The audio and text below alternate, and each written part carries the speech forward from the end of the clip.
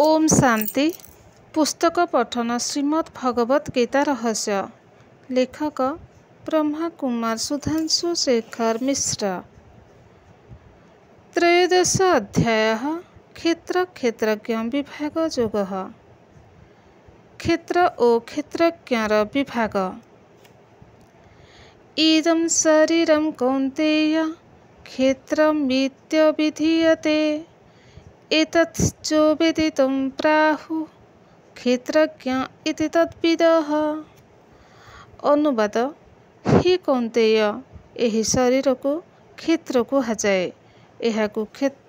एहाकु जे जाने ज्ञानी लोक ताहाकु क्षेत्रज्ञ कुहନ୍ତି। व्याख्या। शरीर हेउछि क्षेत्र और आत्मा हेउछि क्षेत्रज्ञ। श्रुहि सायाम धातुरु शरीर शब्द गठित। सेहिपरि क्षि क्षय धातुरु क्षेत्र शब्द गठित होइछि। शरीर बा क्षेत्रर तात्पर्य ହେଲା ଯାହା ପ୍ରତ୍ୟକ୍ଷଣ ନଷ୍ଟ ଓ ପରିବର୍ତ୍ତିତ ହେଉଥାଏ। କ୍ଷେତରେ ବିହନ ବୁଣିଲେ ସମୟକ୍ରମେ ତାହା ଅଙ୍କୁରିତ ହୋଇ ନିଜ ଅନୁରୂପ ଫଳ ପ୍ରଦାନ କରେ। ଆତ୍ମାର କର୍ମରୂପକ ବୀଜ ତାର ଶରୀର ରୂପକ କ୍ଷେତରେ ଫଳୀଭୂତ ହୁଏ। ତେଣୁ ଶରୀରକୁ ଆତ୍ମାର କ୍ଷେତ୍ର କୁହାଯାଏ। ଏହାର କ୍ଷର ଭାବ ହେତୁ ଏହାକୁ ପଞ୍ଚଦଶ ଅଧ୍ୟାୟରେ କ୍ଷର ପୁରୁଷ ବୋଲି କୁହାଯାଇଛି।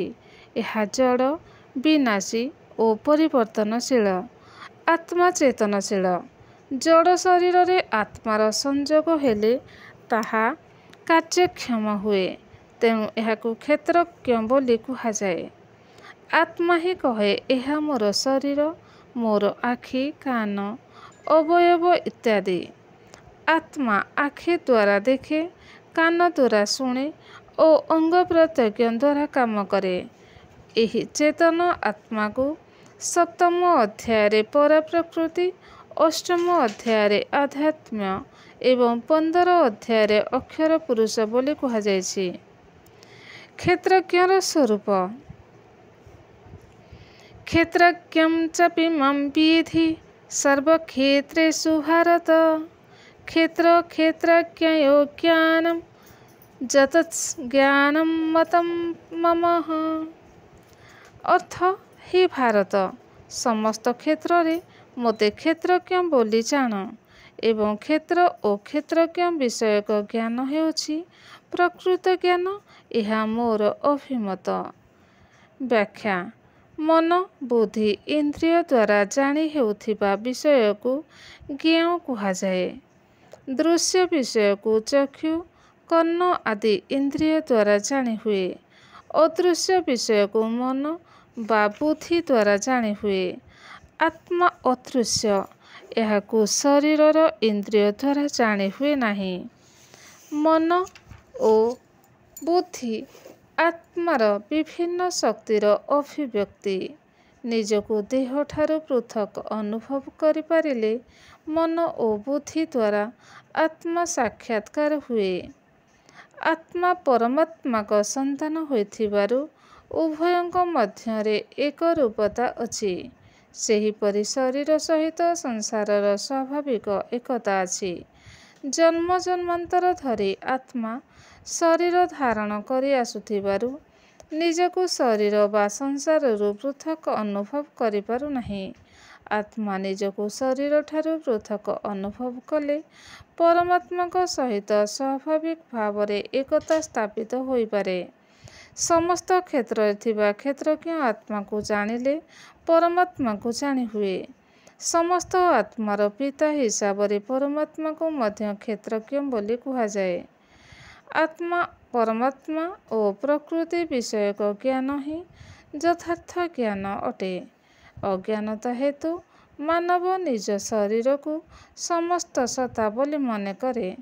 କିନ୍ତୁ ଯେତେବେଳେ ସେ ଜାଣେ ଯେ ପଞ୍ଚଭୂତରେ ନିର୍ମିତ ବିନାଶଶୀଳ ଏ ଶରୀର ମଧ୍ୟରେ ଏକ ଚୈତନ୍ୟ ଆତ୍ମା ବିରାଜିତ, ସେତେବେଳେ ତାର ପ୍ରକୃତ ଜ୍ଞାନର ଆରମ୍ଭ ହୁଏ।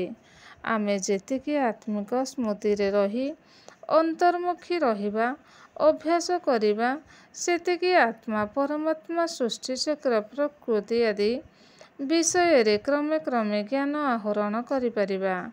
जिए आत्मा ओ परमात्मा उभयଙ୍କ विषय जानिछि ସେହି क्षेत्र क्षेत्रज्ञ विषय पूर्ण ज्ञान आहरण करिछि।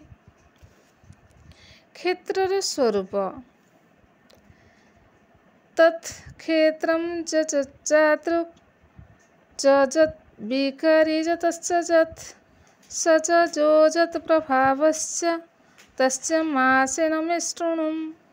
ऋषिर्भिः बहुधा गीतं छन्दोर्भिः विविधैः पृथक् ब्रह्मसूत्रपदैश्चैव हेतुमभिर्विनिश्चितैः। महाभूतान्यहङ्कारो बुद्धिरव्यक्तमेव च इन्द्रियाणि दशैकं च पञ्चचेन्द्रियगोचराः।